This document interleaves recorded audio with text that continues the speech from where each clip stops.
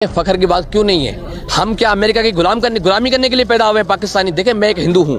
जब भी कश्मीर का मौक़िफ़ आता है ना, तो मैं ये कहता हूँ कि यहाँ पे मैं मुसलमानों के बीच में रहता हूँ, मुसलमानों के साथ खाता हूँ, मुसलमानों के साथ उठता बैठता हूँ, उनके साथ मैं चलता हूँ, उनके साथ मैं रहता हूँ। मुझे तो आज तक किसी मुसलमान ने ये तंग नहीं किया कि ज़बरदस्ती तुम कलमा पढ़ो।